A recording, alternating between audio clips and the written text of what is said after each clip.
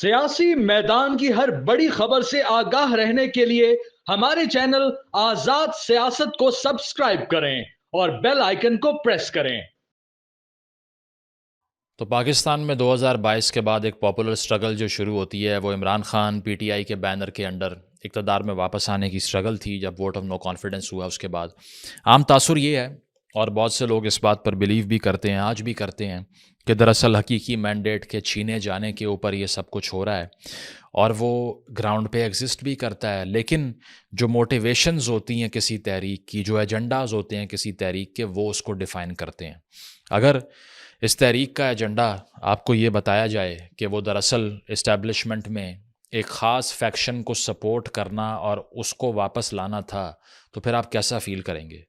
کیا لگے گا آپ کو کہ آپ جس پارٹی کے لیے، جس حکمران کے لیے، جس لیڈر کے لیے یا جس فیکشن کے لیے سڑک پر نکلے ہیں، وہ دراصل اسی لیے باہر بھی نکالا گیا اکارڈنگ ٹو ہم سیلف کہ اس نے ایک ڈیوائڈ جو کریٹ کرنے کی کوشش کی، یا اس نے سوچا کہ یہ والا دھڑا اسٹیبلشمنٹ کے اندر سے اوور پاور کر جائے گا، جو کہ نہیں کیا۔ بیکاز ایک پرنسپل ہوتا ہے، انگریزی میں کہتے ہیں ونر ٹیکس آل، تو جو جیتتا ہے پوری ٹیبل ہی اس کی ہو جاتی ہے۔ کسینوں میں یہ بات کی جاتی ہے نا، تو جس ٹیبل پہ وہ کھیل رہے تھے انہوں نے تمام پتے اپنے کھیل دیے، and the winner to call and he was not the winner. بات ہو رہی ہے فیض صاحب کے ٹرائل کی، اور جو اگست میں 2024 میں شروع ہوتا ہے، وہ فیض صاحب جو ڈی جی سی بنتے ہیں، ڈی جی آئی ایس آئی بنتے ہیں، آرمی چیف بنتے بنتے رہ جاتے ہیں، کیونکہ خان صاحب تو پوری کوشش کرتے ہیں جو وہ اپنی پوڈ کاسٹ کے اندر جو انہوں نے ووٹ آف نو کانفیڈنس کے بعد کی تھی اس میں مان چکے ہیں کہ ڈی جی آئی ایس آئی حکومت کے آنکھیں اور کان ہوتے ہیں۔ اور میں نے یہ سوچا کہ یہ کنسپیرسی تو 6 مہینے پرانی ہے، میرے علم میں تھی، تو اگر فیض صاحب کو نکال دیا گیا تو یہ چوروں کو تو پھر موقع مل جائے گا باہر آنے کا۔ اس کا مطلب یہ ہے کہ آن کیمرہ انٹرویو میں بیٹھ کے ایک کنفیشن ایک پولیٹیکل لیڈر دے رہا ہے کہ I was using the sitting D G I S I for my political witch hunt and they did not let me do it completely and still he is being held. آپ اس دور کی audacity, اس دور کی contradictions دیکھیے کہ ایک آدمی خود آ کر یہ بولتا ہے کہ میں نے بل پاس کروانے کے لیے ان کی مدد حاصل کی، لائلٹیز چینج کروانے کے لیے۔ عارف الوی صاحب کا بیان آن ریکارڈ ہے کہ فیض صاحب نے ہمیں بہت مدد کی۔ کیا مطلب ہے اس بات کا؟ کس بات میں مدد کی ہے؟ آپ کا کیا خیال ہے؟ میں یہ نہیں کہہ رہا کہ پاکستان کی تاریخ میں کوئی سیاسی لیڈر آیا نہیں جس نے اسٹیبلشمنٹ کے کندھے پہ سواری نہیں کی، لیکن اگر کوئی آدمی یہ کلیم کرتا ہے کہ میرا کلیم ٹو فیم اور کلیم ٹو انڈیویجویلٹی یا کلیم ٹو ڈفرینس ہی یہ ہے کہ میں باقیوں جیسا نہیں ہوں، تو آپ میں پھر کیا کسر ہے جو باقیوں میں نہیں ہے؟ تو اس سارے کیس کا جہاں سے آغاز ہوتا ہے، جس کا ریسنٹلی ابھی چالان پیش ہوا اور کہا یہ جا رہا ہے کہ 1-1.5 مہینے کے اندر اندر یہ کنکلوڈ ہو جائے گا، لیکن جان پہ اس لیے بنی ہوئی ہے کہ اگر آن کیمرہ کوئی بیان دے دیا جاتا ہے ان کی طرف سے کہ میں یہ اکیلا سب کچھ نہیں کر رہا تھا، تو پھر دائرہ کار وسیع ہو جائے گا۔ ٹھیک ہے، اور اس میں تو پھر پوائنٹ آف نو ریٹرن ہے نا۔ میکسیمم کیا ہو جائے گا کہ ایک ہائی کورٹ کی اپیل لگ جائے گی، یا کلیمنسی کی اور رحم کی اپیل آرمی چیف سے کی جائے گی جو ان کے ادارے کا معاملہ ہے، اور وہ اس کو ریجیکٹ کرتے ہیں یا نہیں یہ بھی آپ کچھ نہیں کہہ سکتے، it's totally up to the institution. لیکن بات یہ ہے کہ top city case was the basis of this, جو شاید آپ میں سے بہت لوگ جانتے ہوں۔ یہ ایک ہاؤسنگ سوسائٹی تھی، اور یہ بھی کلیم کیا جاتا ہے کہ 2014 کے دھرنے میں بھی جو شخصیات اس سوسائٹی کا حصہ تھیں ان سے فنڈنگ لی گئی یا انہوں نے دی، that's unclear. Zahida Javed Aslam صاحبہ اسٹیک ہولڈر تھیں اس کی، افتخار صاحب ان کے بھائی تھے، انہوں نے سوسائڈ کر لیا۔ پھر جو مینیجر تھے کنور موئز خان کے ایم کے نامی آدمی، وہ اسٹیک ہولڈر بن گئے سوسائٹی کے۔ 2017 میں ان کو کال موصول ہوتی ہے کہ آپ کی زمین جو ہے وہ ٹیررسٹ یوز کر سکتے ہیں، ایئرپورٹ کے قریب ہے، تو اسی وجہ سے آپ یہ ہمیں دے دیں۔ جب وہ ریفیوز کرتے ہیں، چھاپے پڑنا شروع ہو جاتے ہیں، ان کو ابڈکٹ کر لیا جاتا ہے، لنک ڈیولپ کرتے ہیں، اور الیجڈلی یہ سپریم کورٹ میں کیس تھا جس میں یہ سب کچھ کلیم کیا۔ یہ میں اپنے پاس سے کہانیاں نہیں سنا رہا، نہ میرے کسی مول نے مجھے بتایا ہے۔ تو کلیم یہ کیا جاتا ہے کہ ایم کیو ایم سے ان کے لنکس ہیں، لیکن اصل مسئلہ زمین کا ہوتا ہے، ٹھیک ہے، جو کہ ان کو نہیں دی جا رہی تھی، اور وہ یہ کہتے ہیں کہ فیض صاحب کے ڈائریکٹلی آرڈرز پہ یہ سب کچھ ہو رہا تھا۔ صحیح ہے، اس کے بعد میں وہ بھی اپنے لنکس وغیرہ استعمال میں لاتے ہیں اور میڈییشن طے ہو جاتی ہے کہ کوئی خلاصی ہو جائے, کوئی جان چھوٹ جائے. فیض صاحب کے بھائی سردار نجف صاحب میڈییٹ کروانے کے لیے بیٹھتے ہیں, دونوں پارٹیز میں صلح ہوتی ہے, تو باہر تو وہ آ جاتے ہیں, لیکن غالباً 200-300 تولے سونا واپس نہیں ملتا, کیش واپس نہیں ملتا, وہ یہ کلیم کرتے ہیں. ثاقب نثار صاحب کی کورٹ میں کیس جاتا ہے, وہ کیس کو بند کر دیتے ہیں.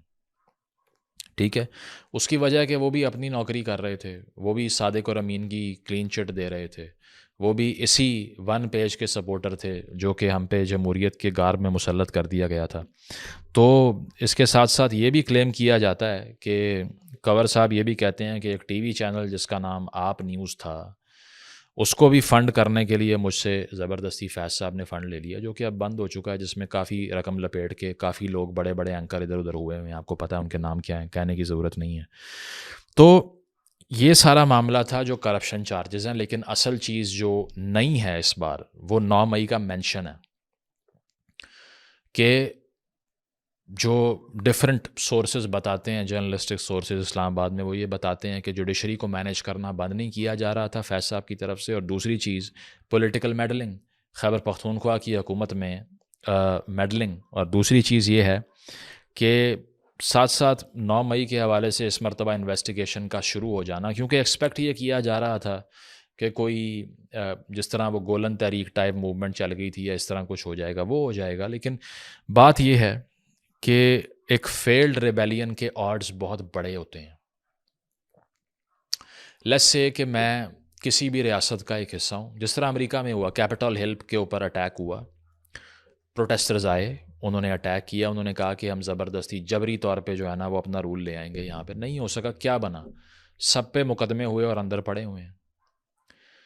آپ یا سوشل کانٹریکٹ کی سینس کو ہی ابالش کر دیں اور آپ کہیں کہ ایک اسٹیٹ آف نیچر ہے جس میں تگڑا آ کے حاوی ہو جائے گا, تو پھر آپ کہہ سکتے ہیں کہ اسٹیٹ جو ہے وہ بیٹھ کے یہ ڈیسائیڈ نہیں کرے گی کہ کس نے میرے خلاف ایکٹ کیا, کس نے نہیں کیا. لیکن اگر آپ اتنی بڑی گیم کھیلیں, because this is a very high stake game, you are going all in for the entire power out there, and if you lose you end up being on the receiving end, which these guys are.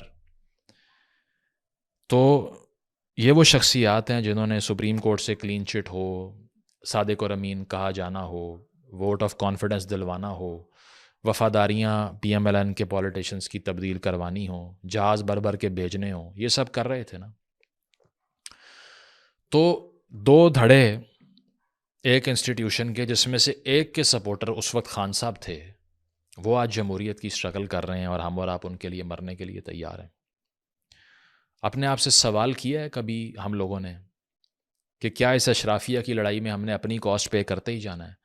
کوئی rights بیس تحریک نہیں چل سکتی جس میں عوام کے حقوق کا ایک ایجنڈا بھی سامنے لایا جائے.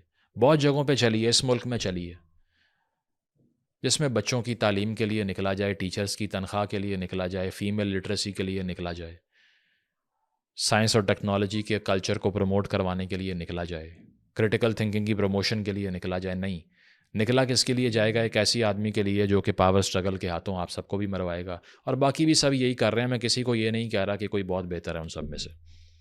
تو بات یہ ہے کہ اب ہیٹ کیوں فیل کی جا رہی ہے؟ پہلے کہا گیا کہ فیض صاحب کا ٹرائل ہوا اس لیے کہ مجھے ملٹری کورٹ میں گھسیٹنا ہے. کیسے پتا آپ کو کہ آپ اس میں امپلیکیٹ ہو جائیں گے؟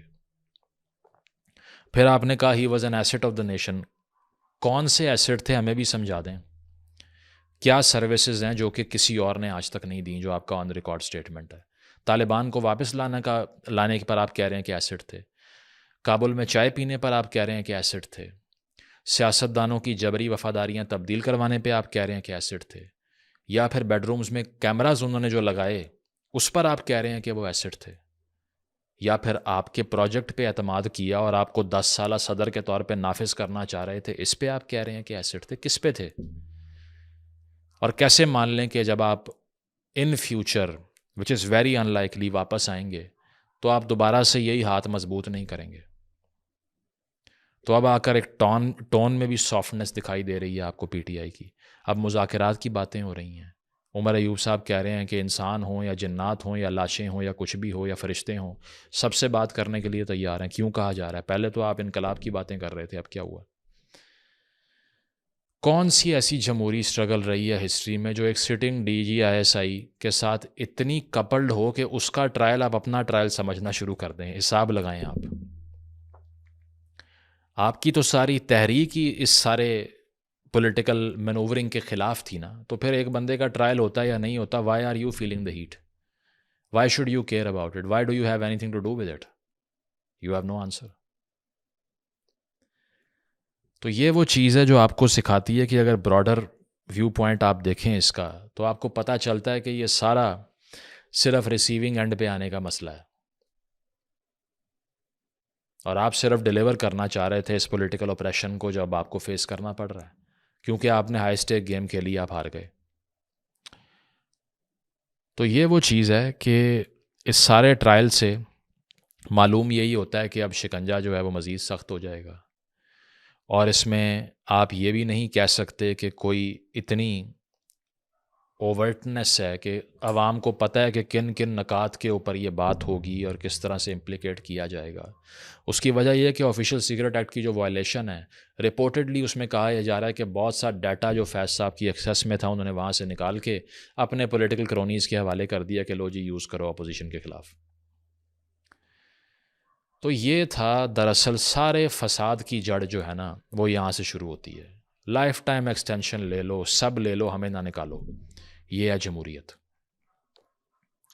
اسد عمر صاحب کی پریس کانفرنس آن ریکارڈ ہے جس پہ وہ کہہ رہے ہیں کہ باجوہ صاحب اگر آپ کو ایکسٹینشن ہی چاہیے تھی تو ہم سے لے لیتے. تو مسئلہ ایکسٹینشن کا نہیں تھا، مسئلہ ایک ادارے کے پولیٹیکل رول کا نہیں تھا، مسئلہ ایک شخصیت کے پولیٹیکل رول کا نہیں تھا. مسئلہ یہ تھا کہ جو بھی چاہیے ہم سے لو نا، ہمیں کیوں نکال رہے ہو؟ اور اب بھی صرف یہ ہے کہ ہمیں واپس لے آؤ اور باقی سب کو لٹا دو، ہمیں کیوں لٹا رہے ہو؟ تو اس گیم کو آپ تبھی سمجھیں گے جب وڈرا کریں گے اس پولیٹیکل گیمکری سے، اور ایک برڈ آئی ویو سے، طائرانہ نگاہ سے دیکھیں گے اس کو. تب سمجھ آئے گی کہ وہ واحد پارٹی جو یہ کلیم کرتی ہے کہ ہم باقی سب سے بہتر ہیں، وہ اتنی ہی بدتر ہے جتنا باقی پولیٹیکل نظام بدتر ہے، جو کہ بل پاس کرانے کے لیے فون کرتے ہیں according to their own selves. تو اس کو جاننے کے لیے آپ کو اس ساری چیز کو نیوٹرل ہو کے دیکھنا پڑے گا. اور نیوٹرالٹی کا مطلب یہ نہیں ہے کہ کسی ایک ونگ کو سپورٹ کرنا، اس کا مطلب یہ ہے کہ اپنے بائسز کے خلاف جا کے ڈیفیکلٹ ٹروتھ کو سمجھنا اور وہ بولنے کی طاقت رکھنا. Thank you.